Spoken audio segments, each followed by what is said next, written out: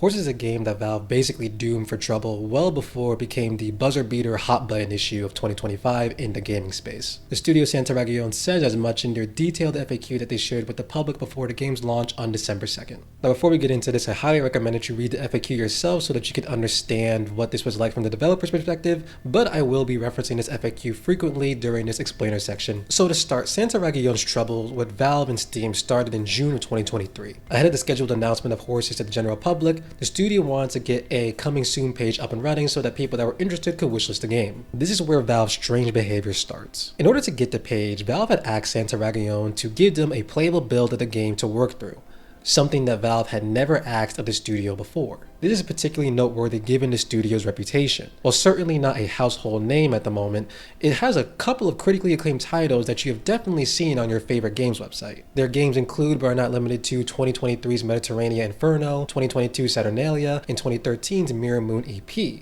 So in other words, they're no stranger to publishing games on Steam. With all that in mind, Valve's request does seem odd, and forced the studio to give them a, quote, rough, incomplete unquote build of the game in June 2023. Then, days before Horse's announcement to the public, Valve informed the studio that it would not be releasing the game on their platform. When the studio asked Valve why, instead of giving them any specifics, the studio was instead pointed to the Steam onboarding page, which features a notoriously and arguably purposely vague set of rules for which games can and cannot be published on Steam. See, the vagueness of these rules essentially leave any game to be up to the whims of Valve's editorial team on any given day.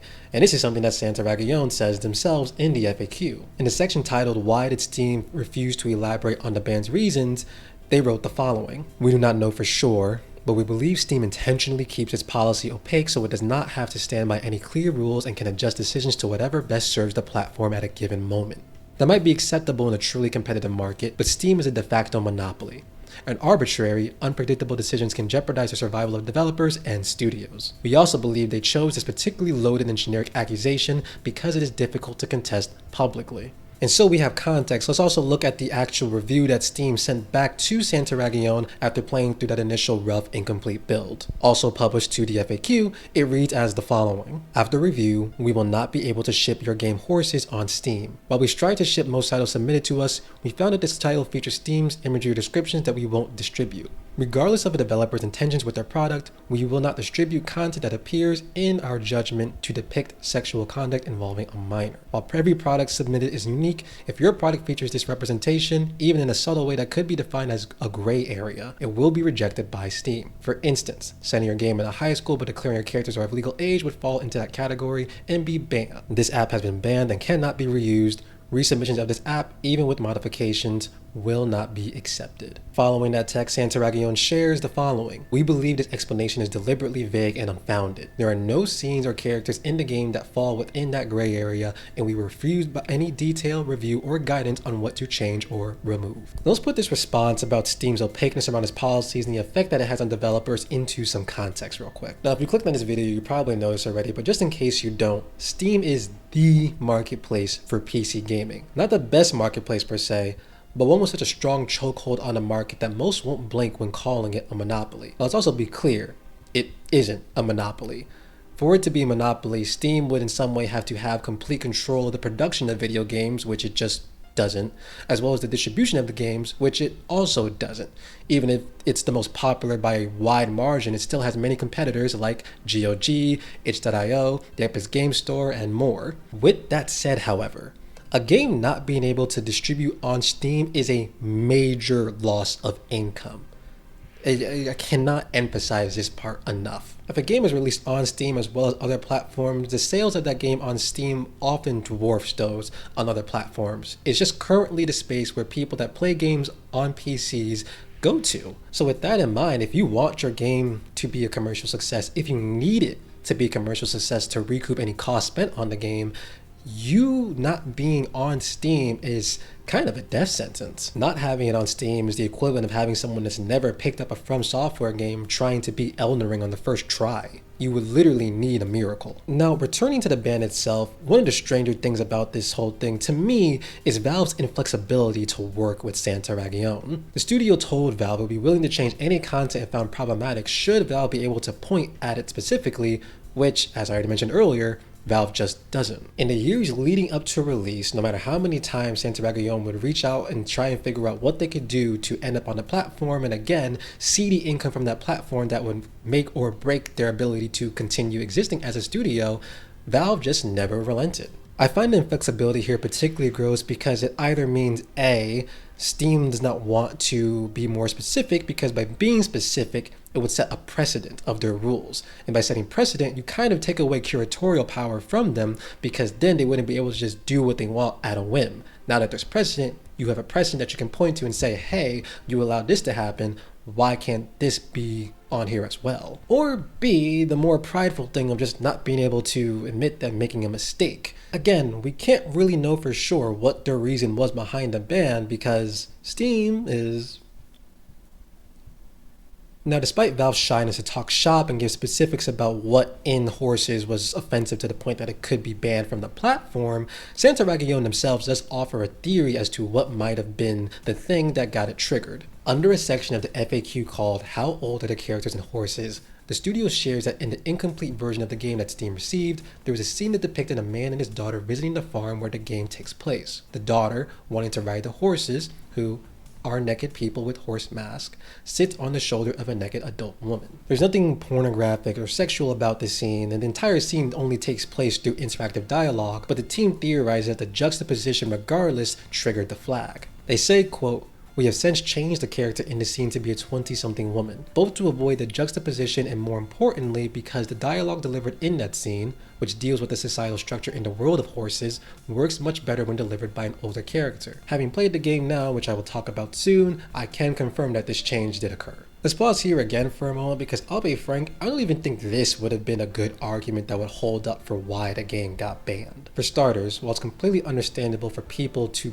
be uncomfortable with that, A, that's part of the point, and B, you should not be using your own discomfort as the North Star for what should be acceptable on a platform versus what shouldn't be. This is not just how textbook censorship of art starts, it's how it escalates. And again, it's understandable to have concerns. I do not criticize anyone who is uncomfortable with that kind of imagery, especially in the current status quo of the world we live in. But again, that subjective feeling cannot be what is used as the guide for what art gets published versus censored in the world. Now, even if you don't agree with me here, there's another good reason that this theory wouldn't hold up if it's true, and that's because Steam does have non-pornographic games that not only feature kids around naked adults, but feature kids around adults having sex. I'm gonna give you 5 seconds right now to guess which game I am using as an example.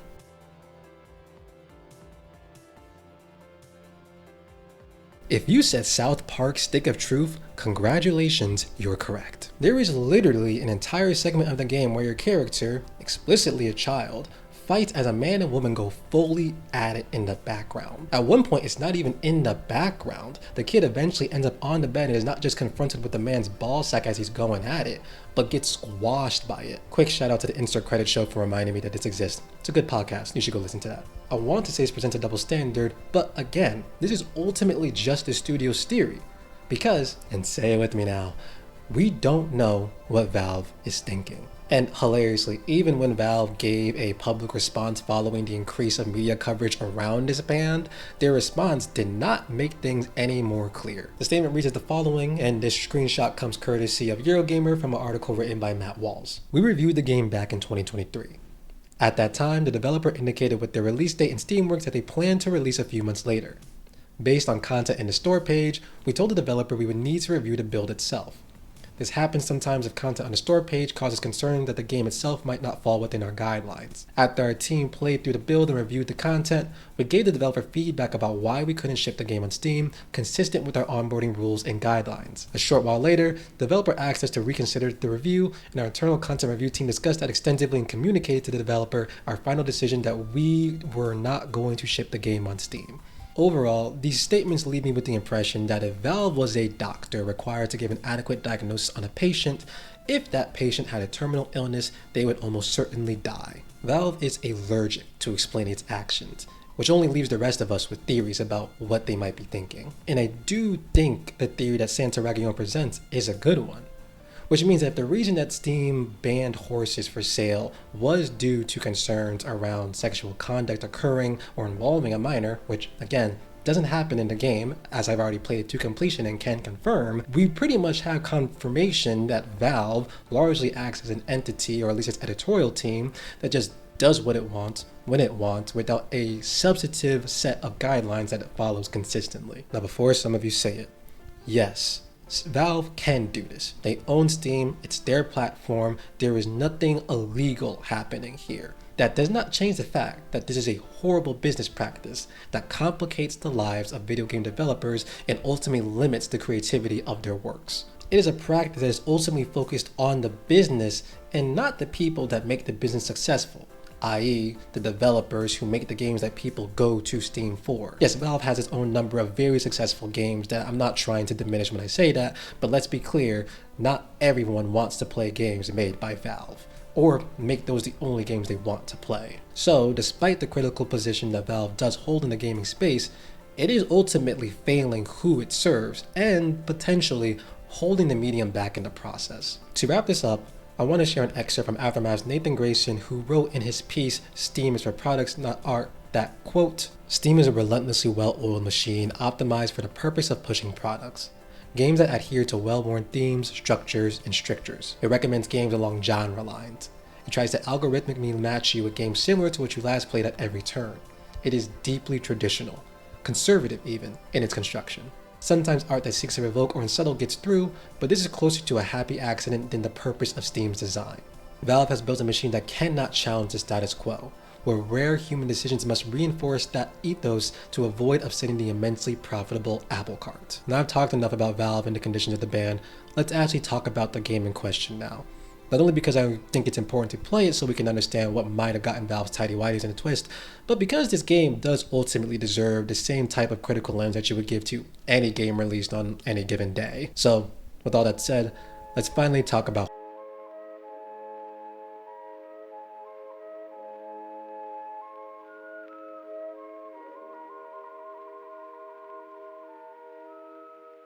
I do not remember the first time someone tried to make me a man. It's like trying to remember the first time I breathed. It's an everyday, nearly every moment activity when you're a child. A moldable ball of flesh. A significant part of my childhood can be defined by big and small moments where my manhood was not just tested, but actively being made. Every time I got hurt and was told to be a man and not cry. Every time I got challenged was told to be a man and crush my opponent next time with overwhelming force. Every time I got a romantic crush and was told to be a man about how I approached them. Or considering how some of those conversations went with adults and peers, conquered them might be the verb adults really meant. Every day, every action would inevitably be in part evaluated by one goal, to become someone else's idea of a man. This is the theme that jumped out at me most while playing horses.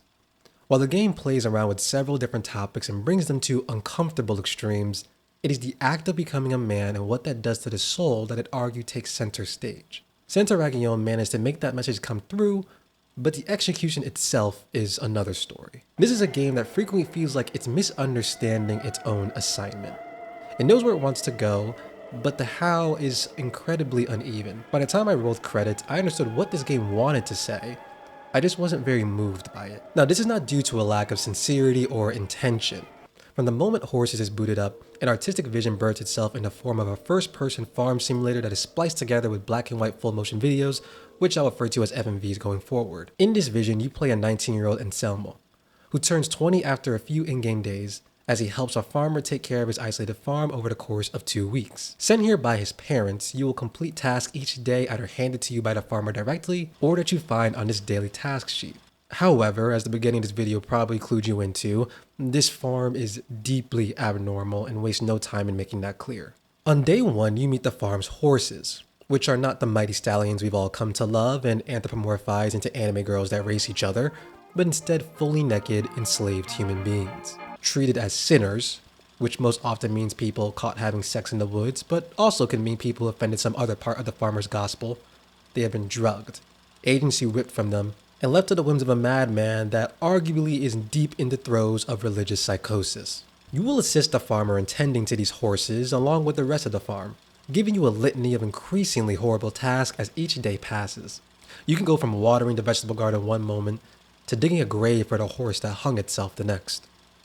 One moment you'll be chopping wood, another you'll be assisting in the castration of a male horse caught fornicating with a female horse. The entire 3-hour playthrough is like a steady escalation of taking part in immoral actions that shave away at your humanity. The game does not endorse any of these actions, which is made very clear before you're even handed control, nor does it ever frame any of them as okay or acceptable. It's clear that the aim, when it comes to the player, is to unnerve, to make you squirm in your seat and feel disgust at not just the farmer, but also sometimes yourself. And on that particular aim, the game does succeed. Even outside of the objectionable behavior a character participates in, Horse's blending of silent film visuals and direction with video game language creates a tension that permeates the whole experience. The interruptive nature of the title cards and FMVs have a particularly impactful effect in a video game due to the fundamental clash that creates. Most games want players to enter something akin to a flow state, where they are completely focused if not immersed in the game. Horse's use of title cards and FMVs prevents players from entering the usual flow state games engender because they are often unpredictable and involve minimal interactivity. They force pause on the player. And while this might be a ding against another game, it fits perfectly into Horse's sinister atmosphere where lack of control is a feature, not a bug. Now, returning to the actual story unfolding here, this is where the project starts to falter. Where Horses stumbles most is where it wants to allocate attention for realizing its examination of being made into a man. As of right now, I'd argue it's most successful in that endeavor in its religious elements. Some of it is a bit heavy-handed, like for example, the crucifixion of this horse Fiero who attempted to free the slaves / other horses. He already had a strong savior role by this point in the game, so seeing this move, followed by everyone bowing to him later at night, felt more like the game yelling at me, "See, he's a savior, get it?" rather than letting the narrative speak for itself. But then there's other moments like the castration I mentioned earlier. What I didn't tell you about this moment before was that it comes a few days after the farmer shares a rather disturbing childhood story. He recalls how his father, a God-fearing man who created a God-fearing household, forced the farmer to help castrate a horse when he was younger, which in this game makes for a terrifying idea of father-son bonding. The way the farmer tells it clearly paints the event as a formative experience, one that helped him become the man he is today by imparting the all-important lesson that fornication has consequences, that sins deserve harsh punishments. And now, he wants Ansi to learn the same lesson. Understandably, Ansi is less than thrilled about participating. It's easily one of the biggest escalations of violence and immorality that he's asked to join in since coming to the farm. However, the farmer isn't taking no for an answer. After shouting at Ansi to get involved, the fresh 20-year-old takes his spot in front of the male horse. He, controlled by the player, opens the horse's legs and watches the scissors slowly, menacingly, find their destination. And finally, the scissors close on their target, covering Ansi in the horse's blood. This scene captures the best of Horse's content and form. It shows the violent ways in which this world teaches boys to become a man, a bloody baptism that often involves the emasculation of another man. It unravels how this is part of a larger pattern where receiving and dishing out abuse are passed down from father to son, a generational curse. The presence of religion is overwhelming, but not so much to the point where I feel like the game doesn't trust me to get it. Moreover, the silence of the whole affair makes the visuals more striking, as all your senses have to be focused on what you're seeing since that's the only sense being meaningfully worked here. It's also a matter of how it's presented. All the gore takes place off screen, but the presentation through several other angles and boxes manages to capture the act's incredible horror regardless. Unfortunately, scenes like this that successfully marry the game's numerous threads are not frequent across the whole experience. Other acts that you witness in the game feel weirdly directionless. It's not that the presence of anything doesn't make sense, but rather none of it is tied together nicely or feels particularly additive to the experience at a certain point. For example, this game does attempt some commentary on where women fall in a patriarchal, abusive society, and that they are effectively seen as second-class citizens, if not just objects. One of the more clever ways this comes across is that the farmer never gives names to the female horses like he does the males, even though we know for a fact they do have names thanks to one female horse, Linda, who becomes something of a side character throughout this game.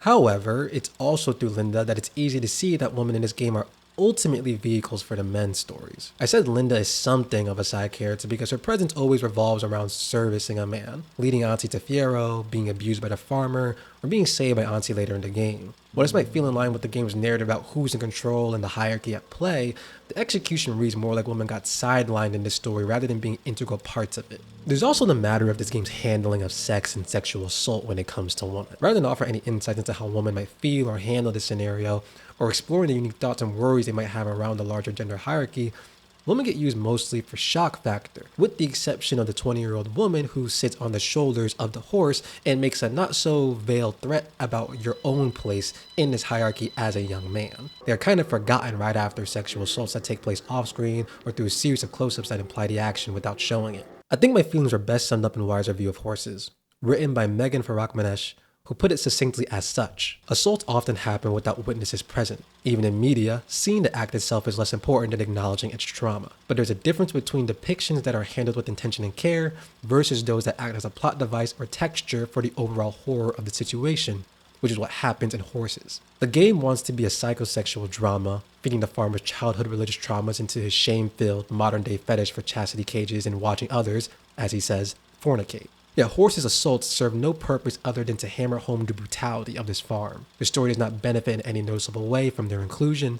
It simply gives one more reason to add another body to the game's growing pile. And I'd go so far as to say that the note about hammering home the farm's brutality is how I walked away feeling about Horses. Many of its grotesque acts fail to validate their inclusion beyond grossing you out further because they end up all sharing the same message, that this farm is cruel and unyielding in its beliefs, rather than adding a new element to that message. Overall, I do like a good amount of what Horses attempts. It brushes against interesting examinations of how patriarchal systems of abuse keep themselves going for generations. The clash of silent films and video games as mediums create enticing moments that add to the overall atmosphere. But it ultimately feels like it bites off more than it can chew, and risks flattening the conversation around heavy topics that deserve nuance and space to breathe in the process. As a result, I'm left with a game that swings for the fences, which I can appreciate and am glad to see attempted, but frequently whiffs and falls flat at times as a result.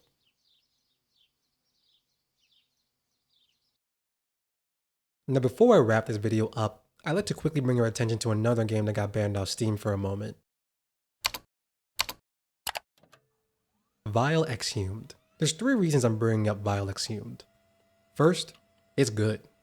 Very good, actually. Probably one of the best horror games from 2025, especially if you're more into slow, dread hanging in the air horror like me. There's no jump scares, no big baddies to shotgun away, just an eeriness and deeply sinister vibe going on during the entire experience. The way it turns the computer you interface with both into a mystery to be solved and a Pandora's box holding the worst kind of man's secrets is fascinating. This game probably has one of the best representations of a man who spends all his time on the worst parts of the internet that I've seen in a long time, all while painting a scathing picture of the misogynistic culture that emboldens this behavior. The second reason that I bring up Vile Exhumed is that it's free. To, quote, take back her agency, unquote, and ensure that games tackling hard topics like sexual assault and male entitlement don't disappear into the fandom zone, developer Kara Cadaver's of Final Girl Games made Vile Exhumed available to download at no cost. There's literally no good reason for you to not at least own this game. And the final and third reason is, I have a review for it up on my website that I'd like you to engage with. If you want to understand why this game rocks even more, check that out. Link is in the description, and it's just as free to read as the game is to play. Now, let's close this out. I'm gonna be honest. I probably wouldn't be talking about Horses if it weren't for the Steam ban. It's a fine game for the most part, but as I just said in my review, it's not one that I think is especially good. I think there was a chance it would have made a splash regardless of the coverage around the ban or not, because ultimately it is an interesting looking game, and the subject matter and the way that it has you engage with that subject matter is provocative, it's engaging, and people like things that are provocative, engaging, and kind of push people to their extremes in certain ways. It's kind of just human nature to be attracted to things that are always pushing us just a little bit. Or, in this case, a lot of it. Plus, as Santaragione themselves mentioned, early previews of the game were largely positive.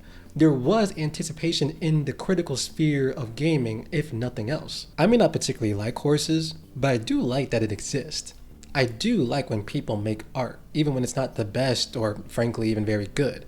Because even bad art can lead to great conversations about who we are as a society and as individuals. With that said, I think time will reflect on this moment more as the world's largest gaming storefront refusing to sell games on, frankly, the vaguest of terms. It's worth noting that this game's release comes after a particularly tumultuous summer of censorship for game developers after payment processors like MasterCard and Stripe pressured gaming storefronts like Steam and itch.io to delist and ban certain games for sale. And while Horse's troubles precedes the censorship mess by 2 years, it does still contribute to a larger picture where Valve and many gaming storefronts, frankly, have an inability to safely distribute and protect art. Censorship affects everyone in the long run. History has shown that it's a million times. And for that reason, it's important for everyone to push back on this kind of thing when it occurs. You can dislike Horses. You can disagree with the way it handles its subject matter. Many did.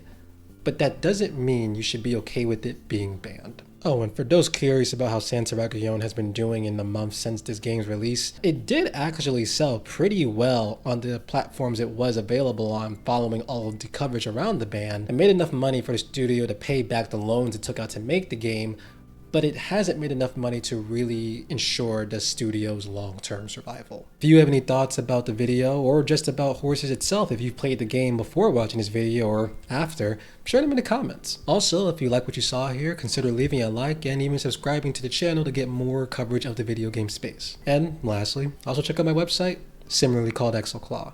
Outside of reviews on banned Steam games every now and then, I also conduct interviews and report the odd news piece there. That's all there is from me today. Again, thank you for watching. Please take care of yourself and your loved ones. Until next time, ciao.